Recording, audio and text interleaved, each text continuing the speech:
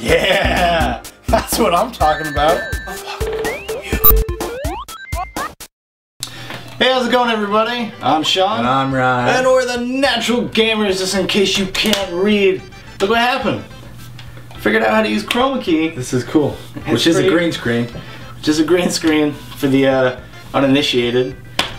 I don't know what's behind us right now. I think it's the Natural Gamers. It's probably a Natural Gamers logo, either that or a giant cock. Or a giant green. We haven't decided. That might be our new logo. Yeah. Just a giant dick. Tattooed with the Natural Gamers. But the still from our background is actually something we need to talk about as well. If you noticed right before, we have a slightly new kind of like version 2.0 update for our opening. Oh, fuck yeah. From Setshi. From Setshi, Taylor Snell. Thank we you. wanted to say a big thank you, and we really like it a lot, and that's awesome. The kid really understands. He gets our style and our tone. He's been there since the beginning. And we're moving on from bigger and better things, and I'm glad he's progressing with us. Yeah. Giving us new content. It's kind of like a good, be like, oh yeah, let's do some new things. Let's make this all We're amping it up, man. Amping it up. This is crazy. This is a big step. Crazy big steps. And hopefully it doesn't fucking lights everywhere. Exactly. You can't see them, but there are lights everywhere. And it's really hot. It's irritating. It's fucking ridiculous setting up lights for this crap. Anyways, I wouldn't know. Anyways, onwards and upwards. Today we're going to be talking about the PlayStation Network exclusive game. That means it's only for the PlayStation. Only for the PlayStation. Journey. Which was developed by That Game Company, published by Sony Computer Entertainment of America. And so, let's just dive right in. Let's dive right in. Alright. So, like, what are your overall, like, generally, what did you think about this game? Like, before you, like, had played it and stuff, did you have any, like... I had no idea. I knew it had something to do with people who looked like triangles. Yeah, I never. Really, I'd seen some still photos, and it looked cool just from what it is, because like the still photos I've seen, it's just some dude running through a desert. Yeah, yeah. So, I don't know. I didn't know what to expect, and I was pleasantly surprised. So was I. I was very pleasantly surprised. Like the game has an incredible like art design. Yes. Like everything about it, like the graphics and even like the levels, like. Yeah, they change. So the levels are really cool because they, you're in this big, massive, like expansive desert, but it's also very linear at the same time. But it never feels that way. You never feel like the game is confining you because you're just like, at least on our first playthrough, you're just kind of like, and you're floating around and you're finding these things and finding out all this crap and like about like abilities you can do and how to actually play the game. It's very cool. And for us, it was a little easier than it would be for someone who hadn't. Just played it solo because found a person to play with. Yeah, because this game has a very unique like multiplayer aspect where it's like these kind of like pop in, pop out type of things. Like apparently, like because at the end of the game it tells you like how many companions you've met on your journey, and like and there was like I thought there was like two people, right? Apparently there was like 8 of them. Yeah. So I don't know. Maybe there's someone that might have been there and we just didn't see him, or maybe we're just playing the same, like the guy. Oh my god, I can't believe I just did this. Maybe the people we're playing with are just that good. And yeah, well, because the person that we ended up playing with, or people, however many, I don't know, Jerry's still out. I feel like the game's plotting against me. But, like, obviously I played the game before, and kind of, basically we just followed him. Yeah. Or her, and just like, and they kind of guided us through, but they were cool. They were actually really cool and a lot of fun to play with. Because the thing about this game is you can't speak to each other in like a normal chat scenario. You don't know who these people are. You don't know anything about them. All you can do is like kind of make these little squeak noises and this little symbol appears above your head. And that's all you can.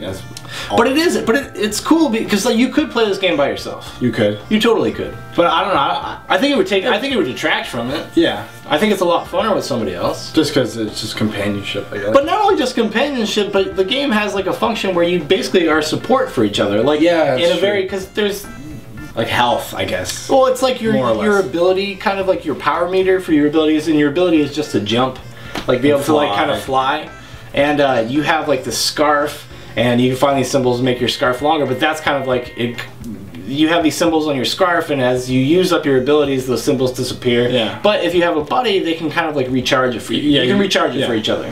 Which works. It was really cool. It's very interesting. Like I'd never really played a game like that before. No, it's so simple, but like it drew me in. It really does, and it's kind of like.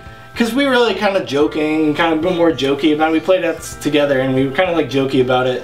Like, for the first 20 minutes. Yeah, and then you're kind of just like drawn in. And you're like, oh man, this is like starting to have some feelings here. Like, because they're really like just the art design, the setting of the levels and everything like that, and the music, like all mixing together, like to make these incredible visuals. That's all about like inference, like, 'cause it's such a simple idea, the story. Yeah, it's basically, what can we say? It's basically just a pilgrimage. Yeah, I think. yeah. Well, you think you go on a journey, go on a journey. So yeah, you're making like what seems to be like some sort of pilgrimage, and you're kind of making your way towards this giant mountain that has a big crack in the middle of it.